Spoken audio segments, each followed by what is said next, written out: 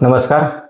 मुख्यमंत्री माझी लाडकी बहीण योजनेच्या जवळपास 81 लाख महिला अपात्र ठरल्या आहेत. या अपात्र ठरलेल्या महिलांना प्रश्न असा पडतो आहे की यानंतर आपल्याला आता या योजनेचे लाभ मिळतील की नाही. तर यातील अनेक महिला पुन्हा पात्र ठरू शकतात, पुन्हा या योजनेच्या लाभार्थी बनू शकतात. तर त्यासाठी त्यांनी काय केलं पाहिजे? तर पडताळणी करताना तांत्रिक चुका झालेल्या आहेत त्या चुका दुरुस्त कराव्या लागतील. मग यामध्ये आधार कार्ड असेल, पासबुक असेल, अर्ज करताना ज्या नोंदी केलेल्या आहेत त्यातील काही चुका असतील तर या चुका, तांत्रिक चुका दुरुस्त केल्या तर या महिला पुन्हा पात्र ठरू शकतील. त्याचबरोबर अनेक महिला ई-KYC नसल्यामुळे या योजनेसाठी अपात्र ठरलेले आहेत.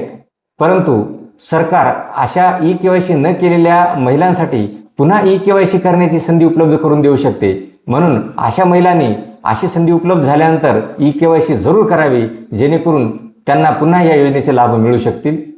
त्याचबरोबर ज्या महिलांनी उत्पन्न व इतर माहिती चुकीची भरलेली आहे अशा महिलांनी देखील आवश्यक ती कागदपत्रे संबंधित अधिकारी आणि कर्मचाऱ्याकडे सादर करून पुन्हा या योजनेसाठी पात्र ठरू शकतात. आणि म्हणून महिलांनी निराश न होता या योजनेसाठी ज्या काही तांत्रिक चुका झालेल्या आहेत आणि ज्या महिला या योजनेसाठी अपात्र ठरलेल्या आहेत त्यांनी ह्या तांत्रिक चुका दुरुस्त कराव्यात आणि पुन्हा या योजनेसाठी पात्र होण्यासाठी प्रयत्न करावेत. नक्की या योजनेस त्या पात्र ठरतील.